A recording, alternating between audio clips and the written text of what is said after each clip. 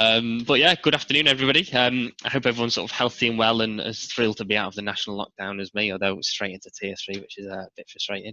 But thank you for tuning in today. It's great to see some familiar faces again. And for those of you I've not spoken with before, my name's Christy. I'm a quality and test consultant for Xpertise recruitment, and I place testers with my great clients across Yorkshire and the Northwest. So for this lunch and learn session, I'm obviously excited to say that we've partnered with the guys over at the test consultancy Deeper Than Blue Unify to learn all about how they go about improving the quality of the software delivered by their clients. Now they'll be having a few different senior consultants helping deliver the session and the presentation, and to try and make it as conversational as possible. Questions throughout will be encouraged, so feel free to jump in at any point if you have any queries or keen to hear something explained in more detail, or just have something valuable to add to the conversation.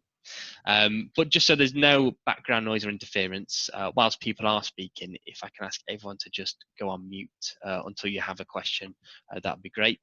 If you're not comfortable speaking up, obviously that's not a problem. Just feel free to use the chat function, and I can ask any questions on your behalf sort of throughout and at the end too. So yeah. Also, as presenting on Zoom can be a bit challenging sometimes, just due to a lack of sort of visual feedback from the audience. If you feel comfortable doing so, and obviously if you're appropriately dressed at home, then feel free to keep your cameras on. That's also always quite helpful. But yeah, I think that's pretty much everything. So without further ado, I'll hand over to you now, Mark. Yeah. One thing I'm just aware of is that once I'm in the view to present, I can't actually see additional people who are in the waiting room, which is a bit frustrating. Let's just see. No, it doesn't look as though there's anybody else there. Okay, so I'll get started. So, yeah, good afternoon, everybody. I'm Mark Maxson from Deeper Than Blue. I lead the sales effort there. Yeah, just get straight into the talk about practical approaches to improving quality. As Christy was saying, at any time, just come in with questions verbally, and then, we can answer them. Makes it a bit more interactive and a bit more interesting for people. So, just as the agenda, a little bit about ourselves. Looking at these ways to how we will, practically approach quality, and then a wrap up for any questions. So there we go. So Deeper Than Blue, we're a specialist testing consultancy. We're part of Deeper Than Blue, the company. We're specifically called Unify. And we came together, we'd known each other for a few years, worked on a few projects together, and really decided to set up a testing organisation with a real focus on quality engineering, and very much looking at the whole software development life cycle, whether that's agile or waterfall, and the ways that we could actually improve quality delivery. So that was the idea around things, and very much where we're coming from is in defect prevention, probably as the priority. Can we get the requirements, the user stories right in the first instance, so that the dev team will go and work and produce quality deliverables that then will pass through the testing process more efficiently. And the testing process obviously is all about defect detection and giving the project visibility of the status of things, where the risks are, where resource and skill needs to be applied to produce the end deliverables for the business. And as an organisation, we have experience across a large number of different business sectors, from financial companies, a lot of e-commerce work, airlines, and a whole range of different areas. So with that, I'll hand over to Graham Price to discuss some of these areas. Graham, are you on? I'm indeed, yes. Thank you very much, Mark. Great. Yeah, so I'm Graham Price. I'm a test consultant working with Deeper Than Blue Unify, and I'm happy to be able to deliver you some content. So I hope you find it useful. So with this, as Mark kind of going to be operating the slides. With this slide, so continuous testing throughout delivery. So the premise is to sort of test early and test often, as you can see in the slide, because continuous improvement, it is a lot better than delayed perfection, where it'll just drag out forever. So what we see, lots and lots of ways to improve quality, but there are some general things you can do to achieve this, which you could say considered best practice across the industry, and we'll go through some of them with you today. So if you take a look at this slide, it shows some phases of the software development life cycle, or SDLC, as it's just easier to say, along with some examples of the testing activities you might perform from, the definition phase at the beginning to the live deploy right at the end. And we'll be discussing these over the next few slides. If you just go to the next slide, please, Mark. Hold on. Oh dear. There we are. Okay, marvellous, thank you. So yes, so firstly, it's assess risk, where are the priorities, what are the main concerns for the project and the business. Assessing risk, it can help us understand what the technical and business related risks are. So working with stakeholders, it can become clear what we need to address initially. And this can also help us understand when something needs escalating during delivery, and it should also influence the order in which we do things, most definitely. So next slide, if you please, Mr. Maxson. Yes, there we go. So yes, secondly, assessing team capabilities, so that the strengths and weaknesses of the team. And by assessing the capabilities, it'll help us understand the limitations, constraints, and obviously the likely strengths of the team. And this enables us to spot any gaps and highlight / raise them with the project if this is required. And it will also help when selecting the right testing tools. So, for example, if you have a test team which doesn't contain a great deal of technical expertise, it may be better to choose a no-code test automation solution, so people don't get tied up and stressed over something that they're not familiar with. Alternatively, if you have a performance-related risk, you need to ensure you have some performance testing expertise within the team, which is a bit more niche, but yeah, it is required a lot of the time, I would say. So next slide, please, Mark. Oh, hold on. There we go. Thank you very much. And so yes, thirdly is devising a strategy which is based on the risk profile and the team's capabilities. You can devise a plan which tackles the change that will be delivered first. So shift testing activities on the project plan left where possible. So there are a lot of things to consider here. So really you need to ensure that you're doing the following. So firstly, the static testing of requirements, so which is to ensure the actual testability and the quality of the requirements. So you'd work with the delivery team to ensure you implement a solid definition of ready and definition of done. And that, so that everyone within the sprint team can subscribe to this. So when accepting requirements into a sprint, they need to adhere to the definition of ready. And also, again, talk about requirements, ensure these are broken down to the smallest possible deliverable. So you're not trying to over deliver, the lines get blurred, and it just becomes too much of a bulging mess, if you like. So yeah, next with automation tests, if these can be, the automation tests are done as early as possible, and you could refer to the automation pyramid in the slide as a sort of a guide, if you like. And you also need to ensure that with the automated test, the content is relevant and always stays this way. So any changes, it may need to be maintained, updated, just to make sure it doesn't become sort of, not old hat, but yeah, it needs to be relevant. Another really important task is implement feedback loops. So it's feedback loops, bug hunts, and exploratory test checklists. So by implementing these, this will use the knowledge and the experience within the team as a whole. So again, very important. And another very good tip, look for ways to run tests more quickly.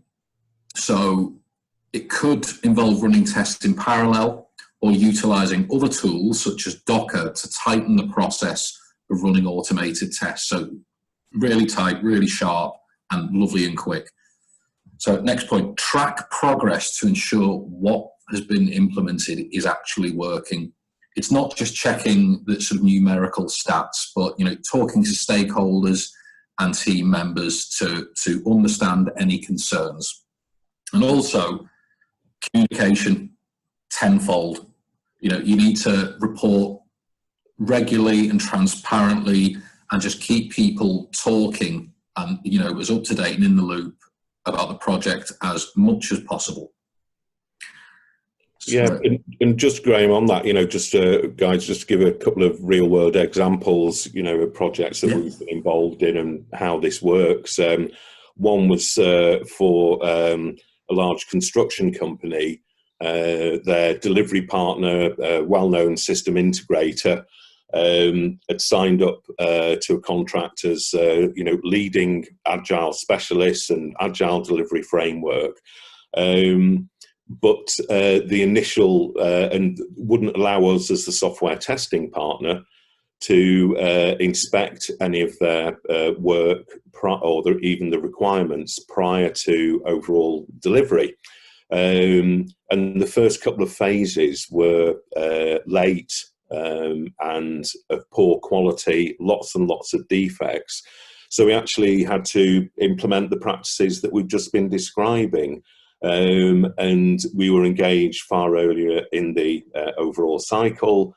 We were making sure that the requirements were of high quality and also were testable. You can actually, have a validation check against them. And also we were inspecting their deliverables during each of their agile sprints. And within probably two cycles, of 2 week sprints, things were back on track. The client was happy again. Even the SI, initially had pushed back very strongly, being worried about time delays, cost overruns, and so on. But they were happy because they were actually meeting their milestones. They were getting paid on time. And the whole program became so much more efficient, and the sort of levels of stress on the program and the tetchiness went down significantly. So you had a lot more happy, productive people working on it. So these things really, really do make a substantial difference. Graham? Brilliant. Thank you very much, Mark. Yes. Next slide, please. Thank you very much. So yes, fourthly, review and change. So it's critically important really to review your team's output and approach. So by doing this, it enables you to adjust and tweak it to the benefit of the project and the team members. So, and depending on your change, you could do this at the end of the project itself or during the project as part of a retrospective. I prefer to use retrospective than post-mortem because that just sounds a bit grim. Retrospective sounds a bit more friendly, but yes, so that is the essence of that. And next slide, please, Mark. Yep. Thank you very much. And lastly, from myself, and very importantly, learn from live. So when code and the changes and all the work has been deployed into a production or live environment, it's really important to stay in touch with the user experience team and and the software project performance, because this will help determine if the approach you've taken so far needs to be adjusted for further for improvements, as well as understand what defects or issues have actually been raised by the user. So in order to learn from live, in essence, you really you need to talk to clients, end users, and even customers for feedback. So really, yeah, just learn from live, which is more sort of shift right. But yeah, so that's it from myself. I hope you've if you've taken anything from that, or found it remotely interesting. But yeah, so thank you very much, and I'll hand you back over to the very capable hands of Mark. Cheers, thanks very much for that, Graham. These are sort of general areas. I just wonder, people's thoughts on them, and has anybody got any questions they'd like us to talk through, or we could give examples of projects and so on. Open up the floor to anybody who'd like that. Yeah, I know Graham mentioned about assessing the team capabilities, which I thought was quite interesting, because obviously, I suppose choosing the right tooling is very important based on where the team is at, whether they're quite technical, whether they might be their strengths lie with more exploratory testing. But when it comes to choosing tools, do you have some go-to tools that you generally recommend? Obviously, it is context dependent, but if it was codeless automation, for example, what tool would you recommend for that? Is that one for you, Jamie? Yeah, sure. It very much depends on what you're looking to deliver, of course. There are an absolute plethora of tools that you could choose from. If you're looking at automating web applications, that there's so much open source that you could pick up and use, but it really does just depend on what your team is used to doing. Some clients that we've worked with in the past have got a very sort of sluggish, sort of manual process driven test phase and sort of waterfall approach. What you often find is that you don't get a lot of technical expertise in those teams. So using no-code solutions or low technical skill solutions really helps. So I'm thinking of things like Catalan, because that's free, easy to implement, easy to get cracking with. Robot framework is really easy to get cracking with if you use the Selenium libraries. It's easy to write tests. Your return on investment's a lot quicker because you can get up to speed quicker. Whereas some other clients have got more technical testers. They're used to doing API testing. They're used to doing performance testing or writing SQL statements, these sorts of things. As a result, you might want to pull in something that's a bit more technical. We've been looking at things like CodeCept.js, Test Cafe. So there are an absolute ton of things, and that's just for web. There are, you could look at API solutions. Catalan does that, by the way, as well as desktop and mobile apps. So it really does depend on what you're delivering and who you've got to deliver it. So we describe ourselves as tools agnostic. We are an IBM partner, so we will look to help clients with those if they're looking to purchase an IBM solution, but that's not what we go for. We really look to implement the right solution that's right for the client, depending on what they've got and what they're working on. Yeah, and I'm sure probably budget as well plays maybe a part Massively. in what tool they choose. Obviously, whether it's open source or like quality center package. What are the sort of key differences between those two as well? I mean, with open source, I mean, do you find that when people implement these tools, they have the same support when implementing it, or do you think it can be more difficult if they're maybe more immature, maybe with their sort of automation capability? There are a lot of new players in the market. If I just talk specifically about web, so over the last year, even there's still a lot of new entrants. There's testproject.io, I think it is, which is a website. You can go create your automation tests, run them using test projects servers and also local agents you install. There's things like Playwright, which is kind of a spawn of Puppeteer. And these really help you just automate web applications in a different way. Selenium, I think, has flaws, and although it has flaws, it's really well supported in terms of its community, whereas Playwright isn't. So it might be a better tool, but it's not really there yet. So it's going to take some time to kind of work that one out. There are differences in all the tools, that some are more subtle than others, but it's really just a case of maybe applying some proof of concept time, or allowing people to experiment with these things to work out what's best for them.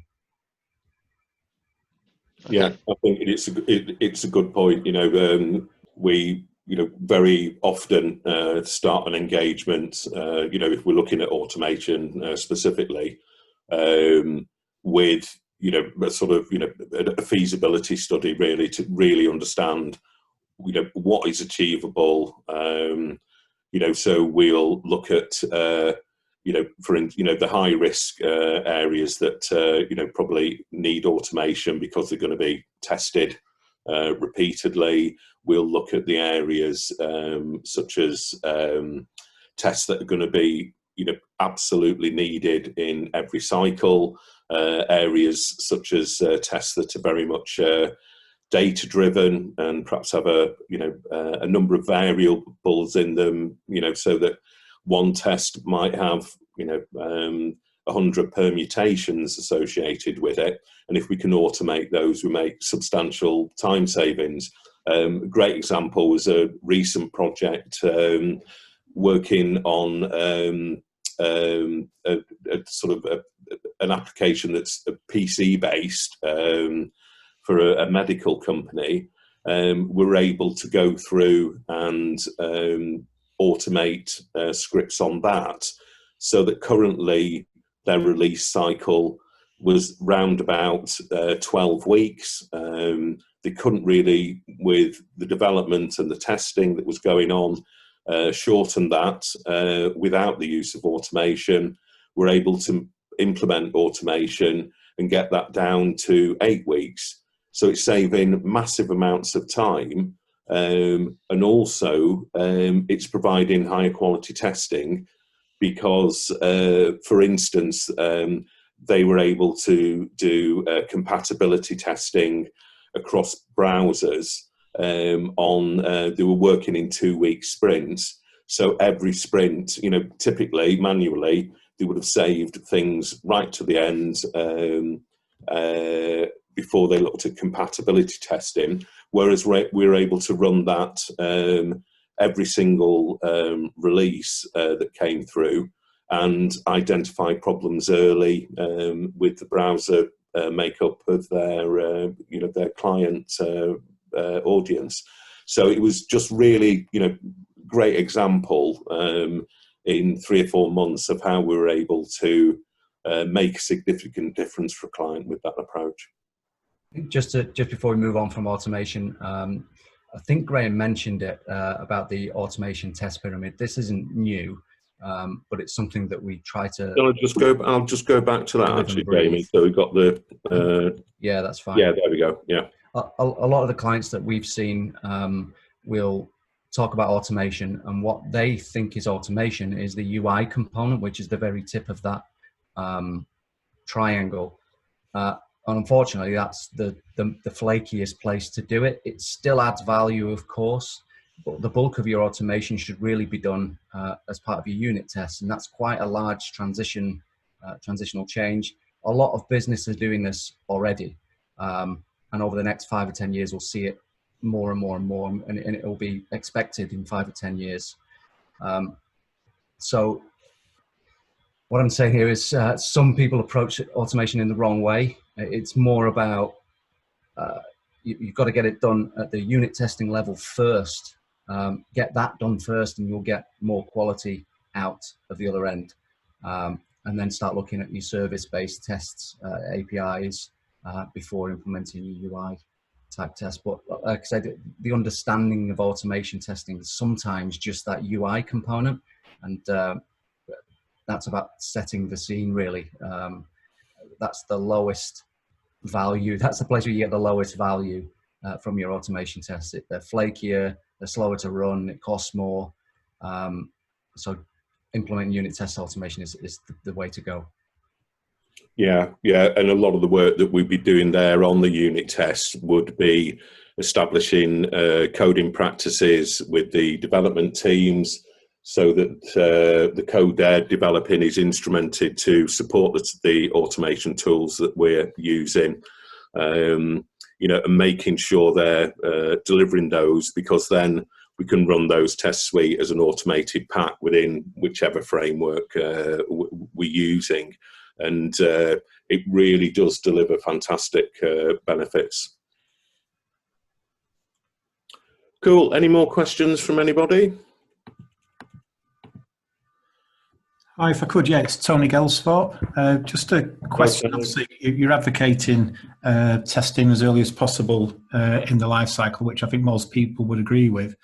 But I'm just wondering, how easy have you found it with customers or clients that you've worked with where they've not been used to that approach? And obviously, if you're saying to get people onboarded probably sooner than what they've been used to in the past, just what challenges have you faced with that and how you've overcome those? Yeah, that's a really good question, Tony. Can I take that? Oh, go on, I want to as well. Go on, you first then. Hi, Tony, long time no see. Hope you're well. Always about you, I always feel like that. I think as a consultancy, we're in a privileged position because often we're brought in when things have gone wrong or are going wrong. We're brought in to improve things. So there's an expectation on us to come back with something that the client can then act on. Often what we see is if you have a permanent member of staff jumping up and down saying the same thing, they may not get the same level of recognition as an external consultant. So I would say we're in a privileged position there. It's easier for us to implement it as an external party, I would say.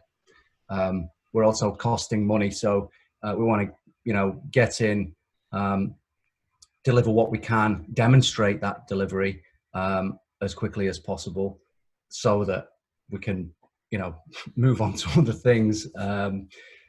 In terms of some of the challenges, that's probably the biggest. Some of the others are obviously people based.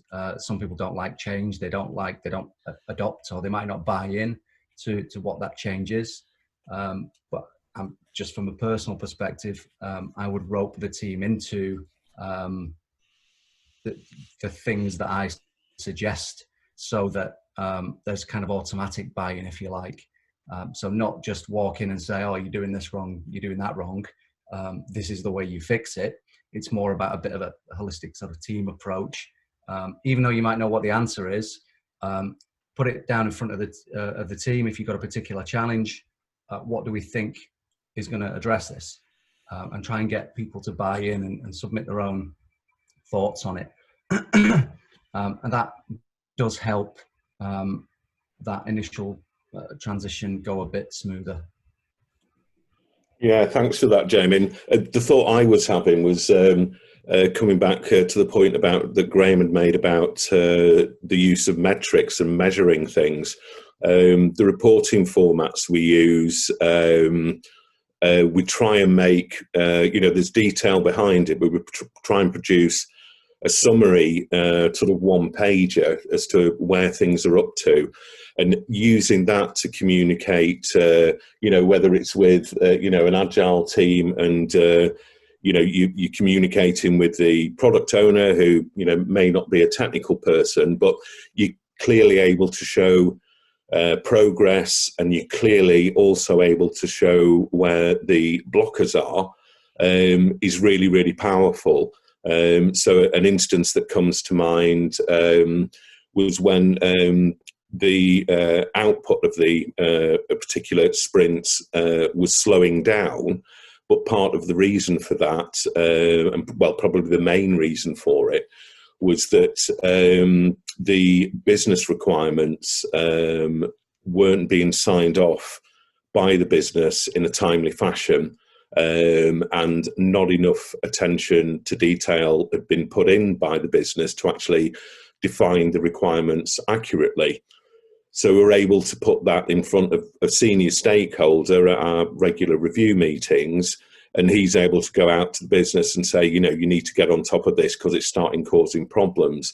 And we're able, over the next couple of sprints, to be able to show that whole backlog was decreasing very quickly. We're able to demonstrate that the quality coming through was improving. And the results of that were that the sprints were getting back up to speed in terms of overall output. So yeah, Can I just add to that? Can I just add to that as well? I think the one that you're talking about there, the Burndown charts were kind of flatlining, and they were carrying a lot of stuff over into the next sprint, and then they would flatline again, and then, you know, constantly pushing things on.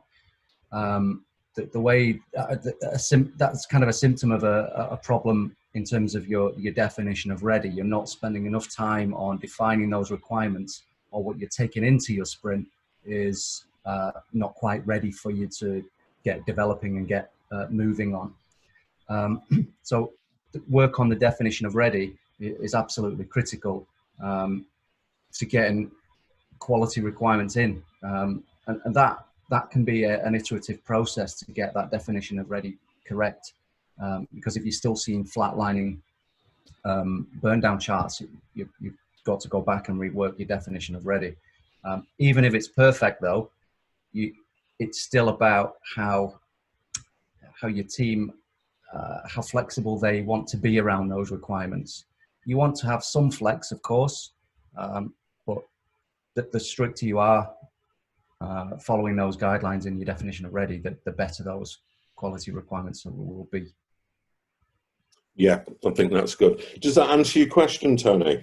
Yeah, no, it's good. Just to get your take on it, and let's say how you've gone about doing it. That's, you know, it helps to, you know, give me something to think about. Thank you. Can I just add one extra thing there as well? There's, if it helps, Tony, there's been a number of studies that have been done, including by people like IBM, etc., on the financial impact of a defect. In fact, we've got a blog on our website which covers it. So, and they clearly show that finding defects too late has a significant detrimental impact to the project and the business and the brand protection, etc. And that the earlier you find them, the more benefit it has to the business and the project across the board. So perhaps also using studies that have been done by IBM and the like, that have really done some significant investigations into this, can perhaps back up any case for improving with the test early, test often effort. And obviously, you know, understanding, like the guys were saying, where the business is, why it is where it is, and then establishing kind of like that strategy or roadmap to move it forward, and continually measuring and improving can help. Okay, good, thank you. If you've got a particular challenge, though, Tony, you want to talk it through, just give us a shout afterwards, and we can, you know, help you out with where you're up to or whatever. Yeah, cool. Any questions from anybody else?